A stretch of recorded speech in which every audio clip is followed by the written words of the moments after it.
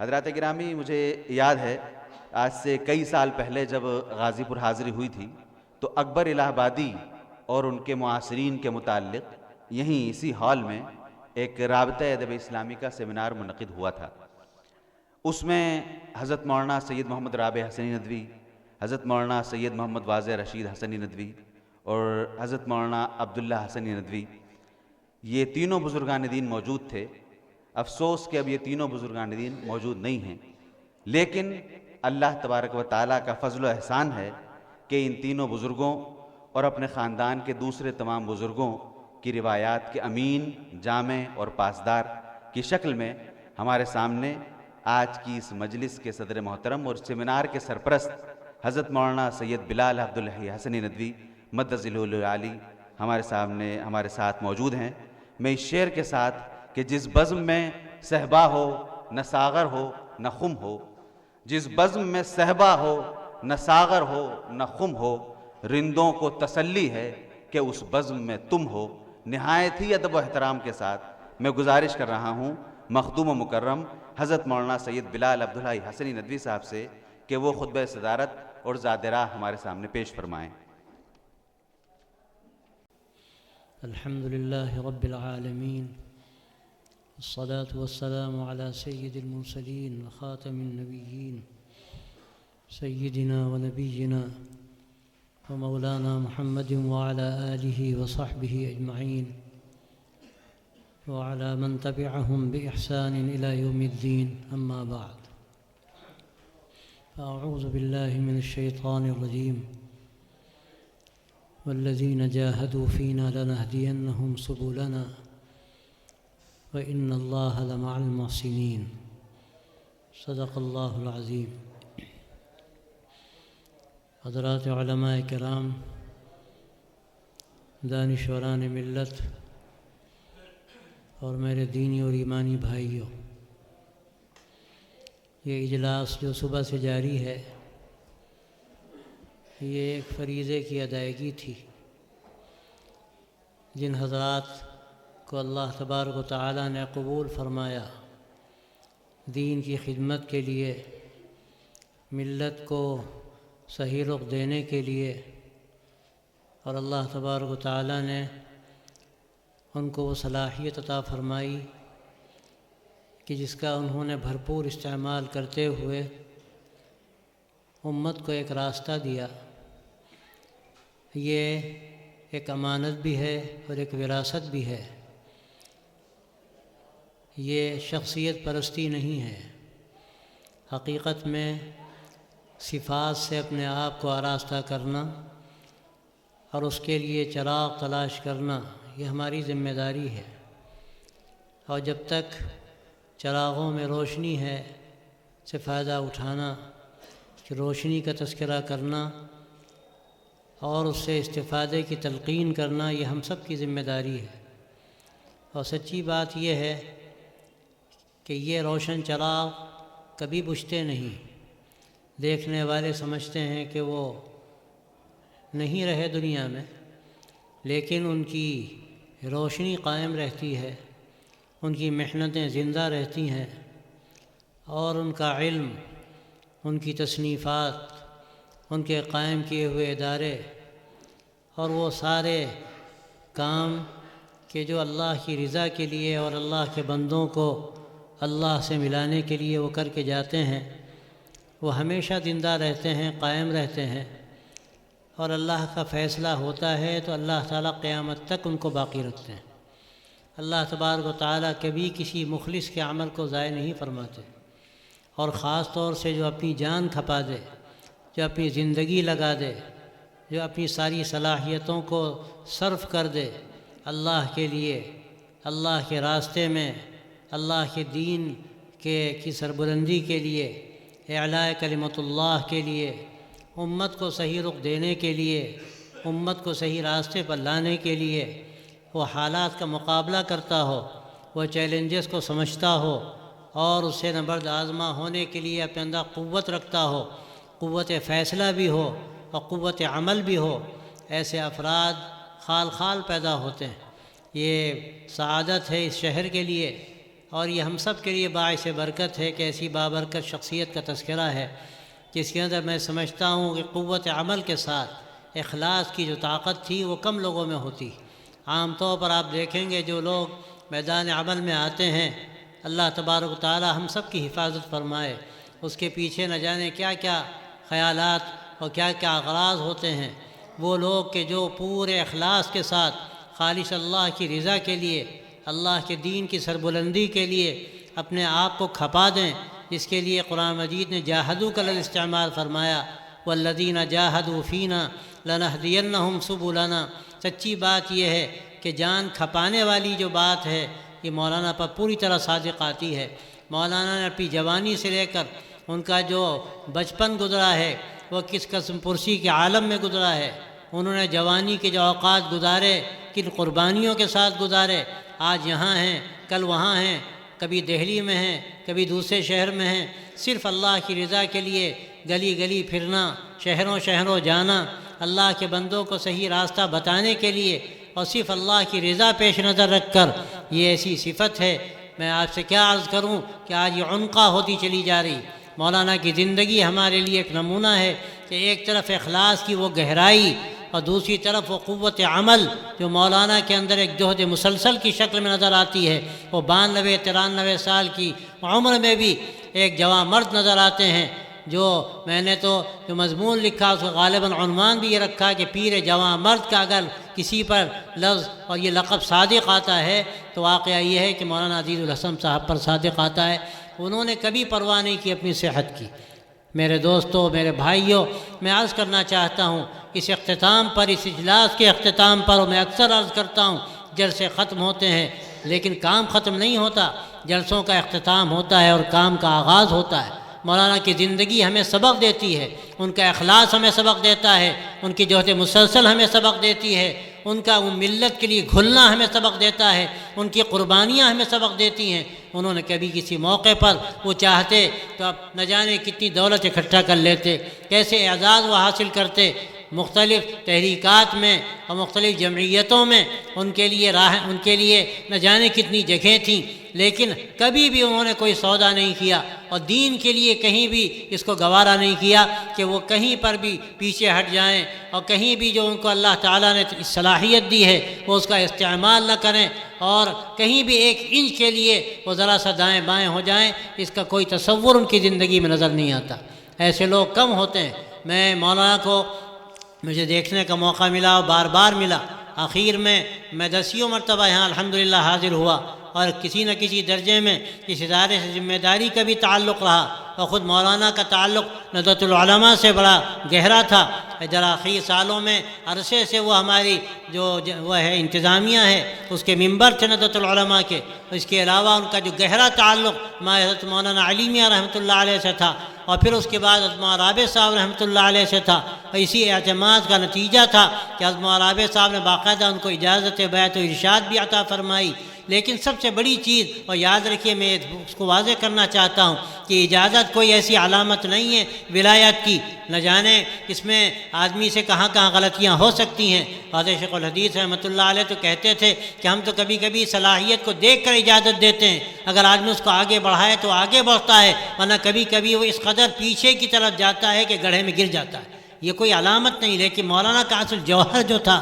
اور وہ زندگی بھر جوہر نظر آیا وہ ان کا اخلاص اور ان کی قوت عمل ہے۔ یہ دو باتیں ان کو بہت زیادہ نمایاں کرتی ہیں۔ مولانا نے کبھی بھی ایسا نہیں ہوا کہ ایک لمحے کے لیے بھی ذرا بھی ان چیزوں میں کوئی کمی کی ہو، ان کی پوری زندگی اس کے آئینہ دار ہے۔ اگر میں آپ حضرات سے یہ بات عرض کروں کہ یہ اجلاس ہمیں یہ سبق دیتا ہے، یہ سیمینار ہم کو سبق دیتا ہے، یہ سیمینار اس لیے نہیں ہوتے کہ صرف مقالات پڑھ دیے جائیں، اپنی بات کہہ دی جائے، دل کی بات کہہ دی جائے، اور سچی بات ہے کہ دل کی بات اثر کرتی ہے۔ ابھی مولانا کے مجموعہ کلام کا اجرا ہوا، اس کا نام حرف دل ہے، اور میں سمجھتا ہوں کہ اللہ تعالیٰ نے دل میں بات ڈالی اور یہ نام رکھا گیا۔ مولانا کے جو اشعار میں نے ابھی سرسری طور پر چند اشعار دیکھے، واقعہ نظر آتا ہے کہ واقع وہ دل کی بات، دل سے نکلی ہوئی بات۔ اسی طرح میں نے صبح بھی عرض کیا کہ مولانا جو مضامین لکھتے تھے تذکیر میں، وہ بھی صاف لگتا تھا کہ وہ ان کے دل کی آواز ہے، اسی لیے پڑھنے والوں پر اثر ہوتا تھا۔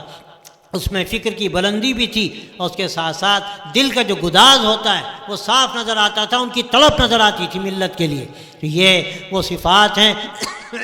جن کی اس وقت بڑی ضرورت ہے۔ میں آپ حضرات سے عبادت کرنا چاہتا ہوں، اپنے نوجوانوں سے کہنا چاہتا ہوں، اپنے علماء سے جو ہمارے مدارس میں تعلیم دے رہے ہیں یا وہ آخری درجوں میں ہیں اور یہاں شریک ہیں، کہ ان کے لیے سچی بات یہ ہے کہ مولانا عزیز الحسن صاحب کی زندگی میں ایک نمونہ ہے جس کو ہمیں اختیار کرنے کی ضرورت ہے۔ یہی سب سے بڑا پیغام ہے اس سیمینار کا۔ اور آج کے اس دور میں سمجھتا ہوں جو اس وقت حالات ہیں اس ملک کے اور دنیا کے، میں صاف کہتا ہوں کہ شاید ایسے حالات کم آئے ہوں گے۔ یہ تو میں نہیں کہتا کہ کبھی ایسا وقت نہیں آیا، ایسے اس ملک میں بھی حالات گزرے ہیں، آزادی کے موقع پر، تقسیم کے موقع پر، اور اس سے پہلے دنیا میں اگر آپ غور کریں، تاتاریوں نے جب مسلمانوں پر حملہ کیا اور بغداد کی اینٹ سے اینٹ بجا دی، نہ جانے کتنے ملکوں کو تاراج کیا، لگتا تھا مسلمانوں کا خاتمہ ہو جائے گا، لیکن ظاہر ہے کہ اللہ نے اسلام کو مسلمانوں کو مٹنے کے لیے پیدا ہی نہیں کیا۔ وہی حالات آج بھی ہمارے سامنے ہیں، اس ملک میں بھی ہمارے سامنے خطرات ہیں،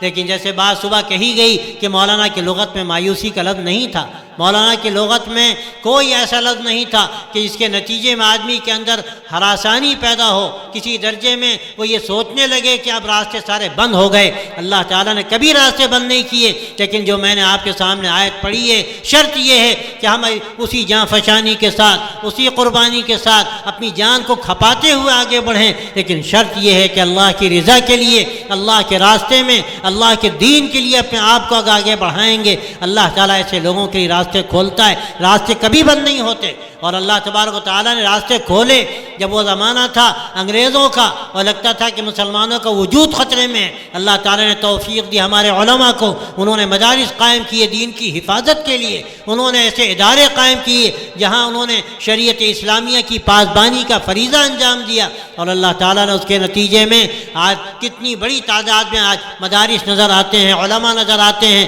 آپ ماشاءاللہ یہاں بیٹھے ہیں اتنی بڑی تعداد میں داڑھیوں اور ٹوپیوں کے ساتھ، علم اور دین کے علم کی قدردانی کا جذبہ لے کر آپ یہاں پر آئے ہیں۔ سچی بات یہ ہے کہ ہمارے ان علماء کی قربانیوں کا نتیجہ ہے جو کبھی انہوں نے ہمت نہیں ہاری۔ آج یہ حالات جو ہمارے سامنے ہیں، ان حضرات اور ان شخصیات کی جو طاقت ہے اور ان کے اندر اللہ نے جو ایمانی جوہر رکھا اور پوری ایمانی طاقت اس جوہر کے ساتھ وہ آگے بڑھے اور بادل چھٹ گئے، آج ان کی زندگی ہمارے لیے ایک نمونہ ہے۔ ان حالات میں بطور خاص ہمیں سبق لینے کی ضرورت ہے کہ ہم کبھی مایوس نہ ہوں، ہم اپنی صلاحیتوں سے مایوس نہ ہوں، ہم کبھی اللہ تبارک و تعالیٰ کے فیصلوں سے مایوس نہ ہوں۔ اور میں اکثر یہ بات عرض کرتا ہوں، اللہ کے فیصلے ہمارے فیصلوں پر منحصر ہیں۔ اگر خدا نہ خواستہ ہم نے غلط رخ اختیار کیا، ہم نے غلط فیصلہ کیا، تو اللہ تبارک و تعالیٰ کے فیصلے کچھ اور ہوں گے۔ اللہ کا وعدہ ہے یہ دین رہے گا، قرآن رہے گا، شریعت رہے گی، کوئی اس کا بال بیکا نہیں کر سکتا۔ ایک حرف کو وہ مٹانا چاہے تو مٹا نہیں سکتا، لیکن اللہ تبارک و تعالیٰ کا یہ بھی فیصلہ ہے کہ اگر خدا نہ خواستہ ہم نے دین چھوڑا، ہم نے شریعت چھوڑی، ہم نے اس قرآن مجید سے جو تعلق مضبوط ہونا چاہیے اس تعلق کو چھوڑا، تو ہماری کوئی ضمانت نہیں۔ ہماری ضمانت جب ہے کہ جب ہم قرآن سے مربوط ہوں، جب شریعت اسلامیہ پر پورا عمل ہو ہماری زندگی میں، اور ہم پوری قوت عمل کے ساتھ میدان میں آئیں اور اخلاق کے وہ جوہر دکھائیں جس کی آج دنیا کو ضرورت ہے۔ میں آپ سے صاف کہتا ہوں، اگر مسلمانوں نے وہ اخلاقی زندگی کا جوہر دکھایا ہوتا، آج اگر ہماری زندگی میں وہ نمونے ہوتے اسلاف کے جنہوں نے کون سی کسر چھوڑی کہ جس کے نتیجے میں لوگوں نے ان کو دیکھا تو اسلام کی حقانیت کے وہ قائل ہوئے، اسلام کی کشش ان کے اندر پیدا ہوئی، ایک جو جذب و انجذاب کی کیفیت ہوتی ہے وہ ان کے اندر اس کا مطالعہ کریں، آپ قرآن مجید کو دیکھیں تو آپ کو یہ حقیقت سمجھ میں آئے گی کہ سب سے زیادہ زور دیا گیا ہے اس بات پر کہ ہم اپنے بھائیوں کے ساتھ کیسا سلوک کرتے ہیں، ہم ان کے ساتھ کیسا معاملہ کرتے ہیں، ہر ایک کا حق دینا، وہ دشمن ہو یا دوست ہو۔ سرکار دو عالم حضرت محمد عربی صلی اللہ علیہ وسلم کی مبارک زندگی کو آپ دیکھیے، کس طرح آپ نے دشمنوں کے ساتھ سلوک کیا۔ واقعات تاریخ میں کہ جب قحط پڑا مکہ مکرمہ میں تو آپ صلی اللہ علیہ وسلم نے مدینہ طیبہ سے باقاعدہ ریلیف بھیجی، اور کن لوگوں کو بھیجی؟ جنہوں نے مدینے پر چڑھائی کی تھی، جنہوں نے آپ کو مکہ مکرمہ سے نکالا تھا، جنہوں نے صحابہ رضی اللہ عنہم کو شہید کرنے کی سازشیں کی، بلکہ آپ صلی اللہ علیہ وسلم کو شہید کرنے کی کتنی مرتبہ انہوں نے سازشیں کی، لیکن آپ صلی اللہ علیہ وسلم کے اخلاق کے قربان جائیے کہ آپ نے ان کے لیے ریلیف کا انتظام کیا۔ یہ نمونہ ہے۔ میرے دوستوں، میرے بھائیوں، اگر مسلمانوں میں یہ طرز عمل پیدا ہو جائے، یہ طرز فکر پیدا ہو جائے، تھوڑا سا قربانی کا جذبہ پیدا ہو جائے، اور شریعت اسلامیہ نے ہمیں جو پیغام دیا اور ہماری زندگی میں اخلاق کی جہانگیری کے جو اسباق دہرائے، کاش کہ ہم ان کو اپنی زندگی کے لیے نمونہ بنا کر تھوڑا سا آگے بڑھ کر ہم ایسے اخلاق کا مظاہرہ کریں، ایسی زندگی کا مظاہرہ کریں کہ لوگ دیکھیں تو اسلام کی ترجمانی ان کو ہماری زندگی میں نظر آئے۔ اللہ نے ہمیں سچی بات یہ ہے کہ نمائندہ رسول بنایا ہے۔ اللہ کے نبی صلی اللہ علیہ وسلم کو لوگ اگر دیکھنا چاہتے ہیں، ہمیں دیکھتے ہیں، ان کو کتابوں کے مطالعے کی فرصت کم ہے، لوگ مسلمانوں کو دیکھ کر فیصلہ کرتے ہیں کہ یہ اسلام، یہ ہے صحابہ، اور یہ ہے اللہ کے نبی صلی اللہ علیہ وسلم کی زندگی کے نمائندہ کہے جانے والے۔ اگر خدا نخواستہ اس کے بعد ہم غلط نمائندگی کرتے ہیں تو یہ کوئی معمولی درجے کی بے ادبی نہیں ہے، ہم گویا کہ اللہ کے نبی صلی اللہ علیہ وسلم کی اس مبارک زندگی پر اور شریعت اسلامیہ پر دھبے ڈالتے ہیں۔ میرے دوستو، ہم یہاں سے یہ سبق لے کر جائیں۔ مولانا نے یہ سبق دیا، یہ پیغام دیا، اور مجھے بتایا گیا، اور نیچے جو وہ لگے ہیں وہ مستقل کوٹیشنز لگائے گئے، اس میں مولانا کی آخری تحریروں میں یہ بات ہے کہ اس وقت بڑی ضرورت ہے ہم اپنے برادران وطن کے سامنے ایک بہتر نمونہ پیش کریں۔ آج میڈیا نے مسلمانوں کی جو تصویر پیش کی ہے، پورے اسلام کو گویا مسخ کر دیا، مسلمانوں کی تصویر کو مسخ کر دیا، لیکن مایوس ہونے کی ضرورت نہیں ہے۔ اگر اپنی زندگی سے ہم ایک نمونہ پیش کریں گے اور دکھائیں گے کہ اسلام کیا ہے، یہ زندگی کا نمونہ ہمارے لیے ایک بہترین گواہی ہے، ایک بہترین شہادت ہے۔ کتنا ہی کوئی کچھ کہے، لیکن عملی زندگی جو بولتی ہے وہ کسی کا قلم اور کسی کی زبان نہیں بول سکتی۔ اس کی ضرورت مولانا کی زندگی میں ہمیں بڑا نمونہ اس کا بھی نظر آتا ہے کہ مولانا نے کس طرح خدمتیں کی، کس طرح لوگوں کو ساتھ لیا، کس طرح لوگوں کو جوڑنے کی کوشش کی۔ مولانا نے اپنوں کو جوڑا، مولانا نے غیروں کو جوڑا، مولانا نے دشمنوں کو جوڑا، اور ایک ایسا نمونہ پیش کیا جس کی آج سب سے بڑھ کر ضرورت۔ انہوں نے اللہ کے رسول صلی اللہ علیہ وسلم کی مبارک زندگی کا عکس اپنے سامنے رکھ کر اپنے آپ کو اس کے سانچے میں ڈالنے کی کوشش کی، اور ایسا محسوس ہوتا تھا گویا کہ ایک تھوڑا سا اس کا ہمیں عکس نظر آتا ہے اللہ کے نبی صلی اللہ علیہ وسلم کی مبارک زندگی کا۔ آج ضرورت اسی بات کی ہے ہم اسی جوہر کو اختیار کریں اور یہ طے کریں کہ انشاءاللہ ہمیں دین کے لیے تھوڑی سی قربانی دینی ہے۔ یہ ان کی زندگی کا پیغام ہے، یہ قوت عمل ہے، یہ جہد مسلسل ہے، یہ اخلاص کی طاقت ہے، یہ ایمان کی جہانگیری ہے۔ انشاءاللہ اگر ہم نے یہ طے کر لیا کہ ہم مولانا کی زندگی سے سبق لے کر جائیں گے، اور میں کیا کہوں آپ سے کہ یہ حقیقت میں مولانا کی زندگی کا سبق کہاں سے آیا؟ یہ تو سبق ہے اللہ کے نبی صلی اللہ علیہ وسلم کی مبارک زندگی کا، یہ سبق ہے حضرات صحابہ کی زندگی کا، یہ سبق ہے ان اولیاء کرام کا ان کے اخلاق کی فرما روائی آج ہمیں دنیا میں ہر جگہ نظر آتی ہے، پہلے بھی نظر آتی تھی اور آج بھی نظر آتی ہے۔ آج اگر غور کیا جائے تو مولانا کی زندگی کا اصل جوہر یہی ہے، اور اسی کو ہمیں لے جانے کی ضرورت ہے، اور یہی پیغام ہے اس اجلاس کا، آپ کے آنے کا۔ آپ نے قربانی دی، آپ دور دور سے آئے، آپ نے وقت فارغ کیا۔ سچی بات یہ ہے کہ یہ ایک ہمارے اوپر ذمہ داری تھی، ایک فریضہ تھا جو ہم نے ادا کیا۔ حدیث میں آتا ہے اذکروا محاسن موتاکم، جانے والوں کی خوبیوں کا تذکرہ کرو۔ کیوں تذکرہ کرو؟ تاکہ وہ خوبیاں تمہارے اندر پیدا ہو۔ اور کہا گیا کفوا عن مساویہم، غلطیاں سب سے ہو سکتی ہیں، غلطیوں کا چرچا مت کرو، اس لیے غلطیوں کا چرچا کرو گے تو غلطیاں پھر دماغوں میں اور دلوں میں پیوست ہوں گی، ان کو درگزر کرو، جانے دو ان کو۔ یہ ایک سبق ہے، سیرت کا سبق ہے، اور آپ صلی اللہ علیہ وسلم کا ایک حکم ہے جس پر الحمدللہ عمل ہوا، اور ہمیں امید ہے کہ مولانا کے اخلاص کی برکت سے یہ ادارہ بھی جاری رہے گا، یہ کام بھی جاری رہے گا، اس میں اور زیادہ برکت پیدا ہوگی، اور آپ ایک سبق لے کر جائیں گے۔ اور ہماری زندگی سے کیا بعید ہے کہ لوگوں کو ایک راستہ ملے اور ایک انقلاب آئے۔ اللہ تبارک و تعالی ہم سب کو توفیق دے، اور ایک نئی زندگی، نئے حوصلے کے ساتھ ہم یہاں سے جائیں، اور مولانا کی زندگی کا جو اصل پیغام ہے اللہ تعالیٰ وہ ہمیں عطا فرمائے، اور اس اجلاس کو اللہ اپنی بارگاہ میں قبول فرمائے، اور حضرت کے لیے بھی اس کو صدقہ جاریہ بنائے۔ وآخر دعوانا ان الحمدللہ رب العالمین۔ عز و شان وطن مرکز علم و فن، مدرسہ دینیا دین کا ہے چمن۔